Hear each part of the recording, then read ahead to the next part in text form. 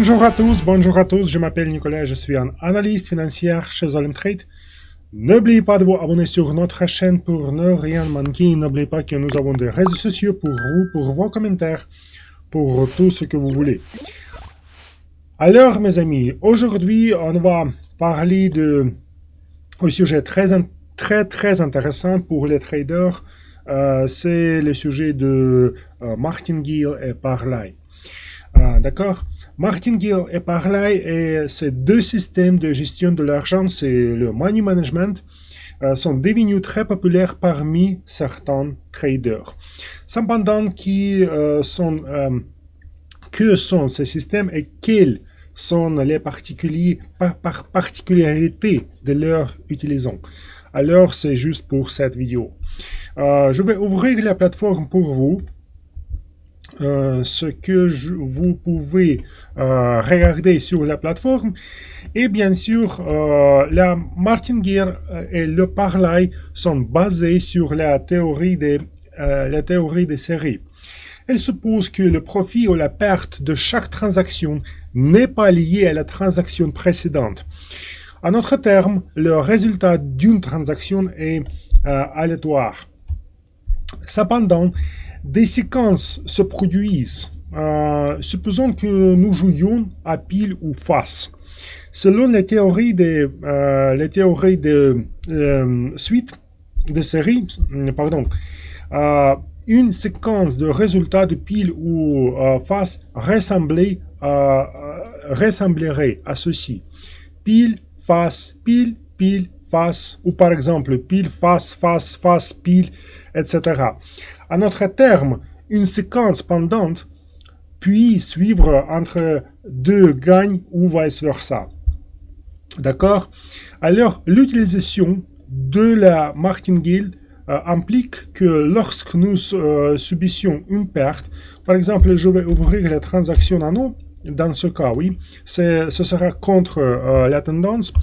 Et si ce sera une perte, je dois doubler le montant de mon prochaine transaction. Alors, je dois doubler le montant. Par exemple, le montant sera 2 dollars, mais pas 1 dollar, par exemple, oui. En prenant en considération la théorie de série, il est clair que la Martingale fonctionnera bien si nous sommes près de la fin d'une séquence de pertes et que nous nous attendons à avoir un gain ou une série de gains bientôt. D'accord?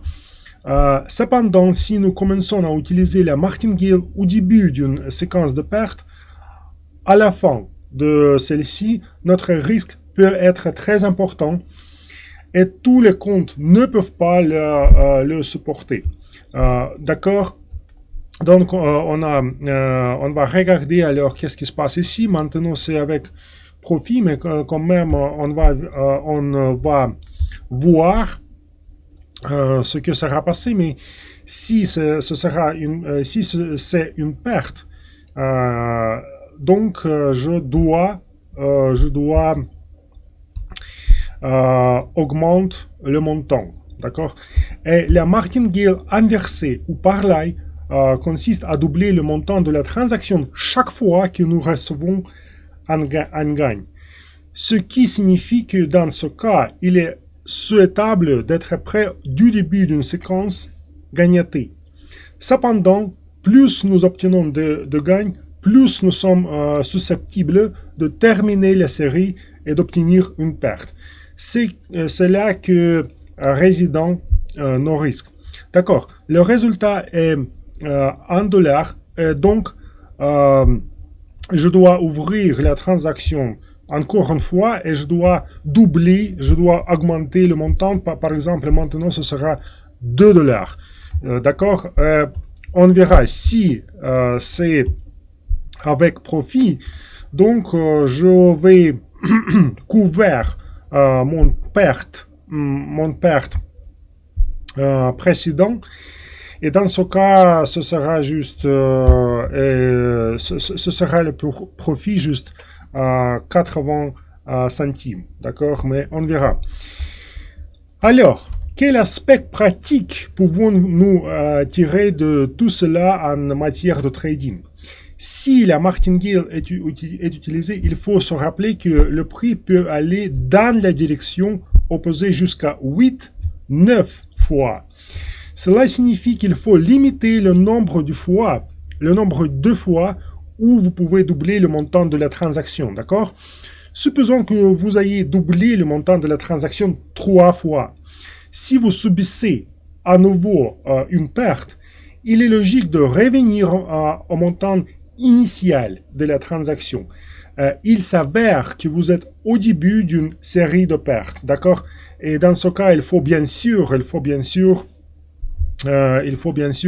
revenir en dollars, par exemple, dans ce cas.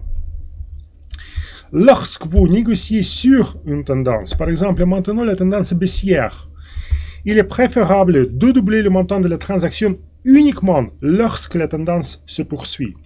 Disons que le prix est en hausse, par exemple comme ici. Vous ouvrez une transaction à la hausse, mais vous subissez une perte. Par exemple, comme ici, par exemple, je pouvais ouvrir la transaction, par exemple, ici, et voilà, il y avait la correction sur le marché. Et dans ce cas, bien sûr, cette transaction sera avec perte. Mais vous pensez que la tendance va se poursuivre et vous attendez à ouvrir la prochaine transaction à la hausse. Par exemple, oui, la tendance est plutôt haussière et bien sûr, c'est plus logique d'ouvrir la transaction en haut. Dans ce cas, ou juste dans ce cas, il est préférable de doubler le montant de la transaction. Par exemple, dans nos cas, d'accord, j'ai déjà perdu 3 dollars, d'accord? Aux premières transactions, c'était juste 1 dollar et au deuxième, c'était 2 dollars. Alors, pour utiliser le martingale, je dois doubler le montant. Alors, maintenant, ce sera 4 dollars. Mais, si je pense que la tendance, il est logique de faire ça si je vais ouvrir la transaction en bas, d'accord? Parce que la tendance est plutôt baissière. Et juste dans ce cas, il est plus logique que je vais gagner, d'accord? Juste comme ça. Lorsque le marché est très volatile, il est judicieux de doubler le montant lorsque vous négociez dans la direction opposée. Supposons que vous négociez sur les nouvelles, mais par exemple sur non-farm payrolls en États-Unis, oui, c'est juste vous essayez de cacher la volatilité. Et supposons que vous négociez sur les nouvelles. Lorsque vous négociez sur les nouvelles, la volatilité du marché augmente de façon spectaculaire. Et vous ouvrez une position en haut. Mais vous subissez une perte, par exemple. Dans ce cas, il est logique de doubler le montant de la transaction lorsque vous ouvrez la transaction suivante à la baisse. D'accord? Alors, contre la tendance, dans ce cas. Mais pas à la hausse. Donc, la probabilité que le prix revienne à la moyenne lorsque la volatilité est élevée est nettement plus élevée que lorsque la volatilité est faible. Donc, lorsque vous utilisez le système parlay, c'est juste la même chose. C'est comme le martingale, c'est juste la même chose. Mais il est important d'être au début d'une séquence gagnante. D'accord?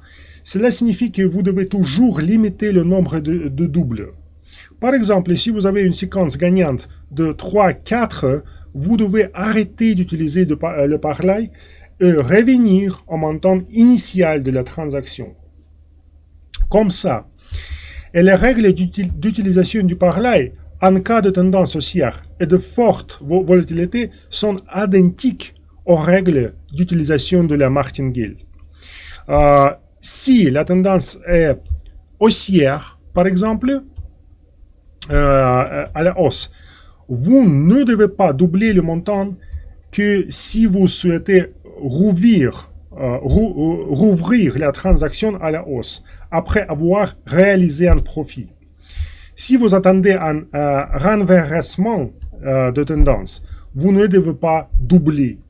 D'accord? Mais c'est juste logique. Alors, vous pouvez voir que maintenant, on a gagné juste 3 dollars et 60 centimes. Alors, j'ai couvert mes deux transactions avec perte. Alors, j'ai gagné 3 dollars. Et maintenant, mon profit est juste 60 centimes. Donc, mais j'ai ouvert la transaction, j'ai suivi la tendance. Alors, j'ai ouvert mon transaction en bas, mais pas en haut. D'accord? Et voilà, la règle numéro 6. Lorsque vous négociez sur une forte volatilité et que vous prenez des bénéfices, il vaut la peine de doubler le montant si vous négociez dans la direction opposée. La probabilité que le prix revienne à sa valeur moyenne est nettement plus élevée. Mais c'est juste comme ça, c'est juste comme tous les marchés travaillent, oui, tout le marché marche, d'accord. Et voilà, maintenant, vous pouvez voir que la tendance est plutôt baissière. Donc, si j'utilise le système parlay, il faut doubler le montant, juste 3 dollars 60 centimes. Si je vais ouvrir la transaction en bas, d'accord? Mais si je veux ouvrir la transaction en haut, il ne faut pas de faire ça. C'est juste très très risqué. Donc mes amis, c'est tout pour aujourd'hui. J'espère que cette information est utile. Juste, je vais ouvrir la caméra, d'accord? Je vais fermer la plateforme. Encore une fois, j'espère que cette information est très utile pour vous. Encore une fois, merci pour votre attention. N'oubliez pas de vous abonner sur notre chaîne pour ne rien manquer. N'oubliez pas que nous avons des réseaux sociaux, que nous avons de sections avec le commentaire. Alors, au-dessus de cette vidéo, vous pouvez laisser vos questions, faire ce que vous voulez. C'est juste pour vous, pour discuter quelque chose et tout ça. Comme d'habitude, je m'appelle Nicolas et à bientôt, bien sûr. Au revoir.